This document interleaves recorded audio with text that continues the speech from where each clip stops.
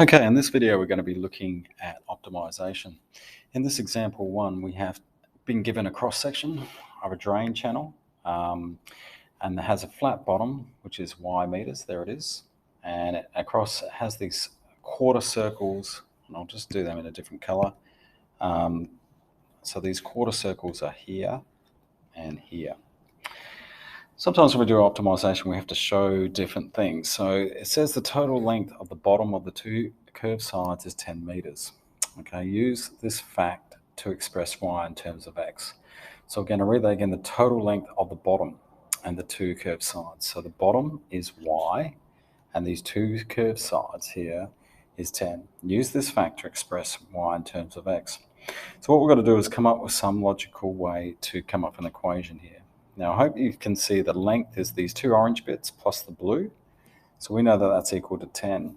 So what we might do is just say, well, look, we know that 10 is equal to y plus those two orange bits. Now, if you're looking at those two orange bits, they actually make up half a circle, right? So if you're working out that, that's actually like the perimeter. And the perimeter of a circle is 2 pi r, but you've got half a circle. So it's really pi times the radius. Now in this case here, I hope you can see the radius is x, okay? All along there, the radius is x. So we can use that fact to come up with an expression for all of that length.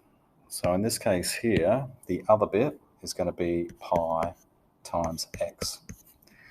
Now we have to rearrange that. So it says use this fact to express y in terms of x. So what that really means is they want an equation that says y equals. And I hope you can see from this, if we just put the pi x on the other side, so if we subtract pi x from both sides, we now have an expression for y that only has x here. Just remember, pi is a number. It's like roughly 3.14. So that's just like a constant, really. Now it says, hence show the area of the cross-section is given by that formula there. So I guess I might just draw that shape again. Okay. So we know that this length here is x, right? We know that that's y. So if you want to do the area of this cross-section, I guess we've got this bit first. So area in terms of x would be y times x. And then we've got to add on, we'll stick to orange, this area of these two bits. Okay, now remember that the radius is x in these cases. Okay, so we've got half a circle. So the area of a circle is pi times the radius squared. We've only got half a circle, so it would be equal to that. So it's pi times the radius squared, but we've only got half a circle. Now the problem is what this means is it's area in terms of x. Now you can see here that this is a different variable. However, we've already learned that y can be written like this every time, okay? So what we can do is we sub that into this equation. All right, so this is one type of optimization question here. So the area in terms of x could actually be expressed as y, which we know is always 10 take pi x, multiply by x plus pi x squared on 2. And we could just expand this first bracket out. So the area in terms of x will be 10x take pi x squared plus pi x squared on 2. And if you simplify that expression, it actually equals this. Okay, and we might not look at it, so I'll just explain that to you. I guess you got to think about this as like 1. I've got minus one of them plus a half of one of these. Okay, so it's a bit like minus 1 plus a half, and you end up with minus a half. Okay, and that's what we've got here, minus a half. So hopefully that makes some sense there. All right, I've just rubbed out half of it. I guess it doesn't matter now. What's important about optimization is they give you the thing you're optimizing anyway. So sometimes we'll give it to you in a test anyway. So what we're actually going to have to do is optimize the area. And they've given us the function. So even if we weren't too sure of how to do this, I'll just rewrite that. That's pi.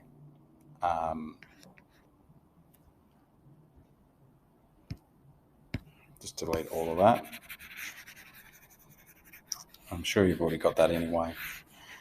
Okay, so back to what I was saying. If you want to optimize, we have to be given the equation, and that will always happen, even if you have to derive it like we're doing here. So determine a dash x. So let's work that out. So a dash x, just using the expression in the box here. So the derivative of 10x is 10. Our constant is pi on 2 at the front. Okay, so if we just diff x squared, we've got 2x to the 1. And if we just simplify that, we've got 10 take pi x. Now, we want to maximize, so we let that equal 0. And so we've got 0 is equal to 10 take pi x. Just subtracting 10, or why don't we just put the pi x on the other side, and then divide both sides by pi. You'll get x equals 10 on pi. So every time you want to maximize or minimize, unless it's a really special case, we find the derivative, we let it equal 0, and solve for x. But we haven't finished. There's one extra thing that you must do each time, and you need to prove that it's a maximum or a minimum. And the most common way that we prove max and mins is by a sign diagram.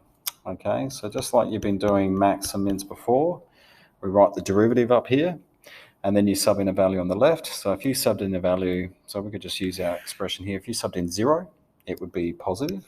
Okay, it'd be just 10 take nothing. So 10 divided by 3, that's what pi roughly is roughly 3. If you just put 10 in there, if you subbed in 10 here, it'd be much larger than this value. So 10 take 10 pi, so that's going to be negative. So a sign diagram is absolutely crucial. Okay, you must prove it. You can graph it. That's another way. If you just quickly draw a graph and go, it's here. Okay, you know, 10 on pi. But the most common way is to draw a sign diagram. If the sign diagram's not there, you won't gain your full marks. Okay, last question. It says, find y when a of x is a maximum. So we know that the maximum occurs when x is equal to 10 on pi. Okay, it might be good to go back to our original diagram. So we've just discovered the x value. So there it is. It's linked there. But we need to work out y. Now we know that y is equal to 10 take pi x. So we're just going to use that. So y is equal to 10 take pi times the x value. Okay, and it really actually becomes, the pi's cancel, and you've got 10 take 10, and the y value is 0.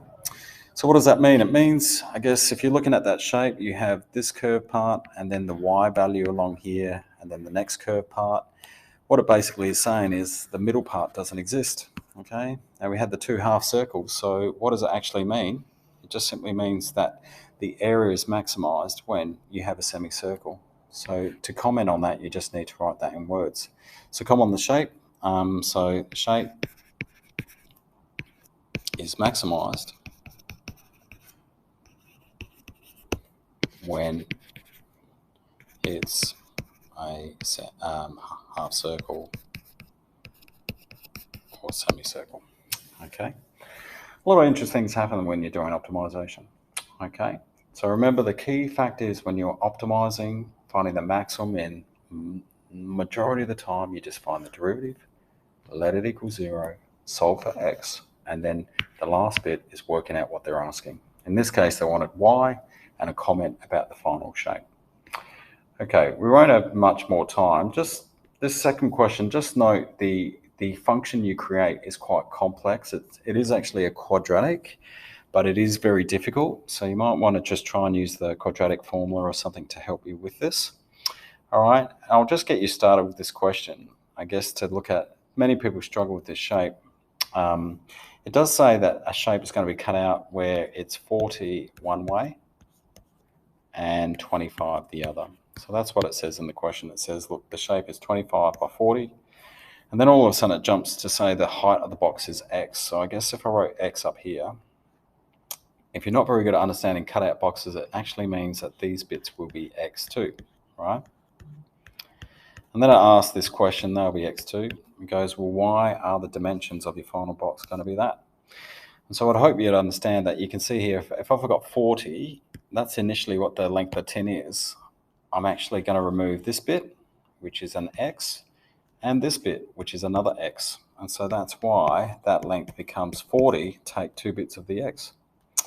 If you're looking at the width side, the 25, you can see that the original length is 25, but we're going to have to take out one of those x's there, and we take out one of the x's there. So really it's 25 take 2 of those x's. All right. So that's what you have to explain here. And you can just do that in words. And I won't have time to do the rest of this question, but it says find an equation for the volume. So I'll just show you what you'll be saying there. The volume in terms of x would be this length here times by this length here times by the height, which is x. Okay. But to answer this bottom question, it says, hence, what square size must be cut out in order to produce a cake tin of maximum volume? Okay. I hope you understand what you're going to have to do. You're going to have to find that and then let it equal 0. So find the derivative of the volume, okay, let it equal 0, and then do a sign diagram to prove that it's a maximum. So just remember here, the expression you get is a very complex quadratic, and you're quite welcome to use the quadratic formula to help you assist in this question, but it's worth a good shot. Okay, that's the end of this video.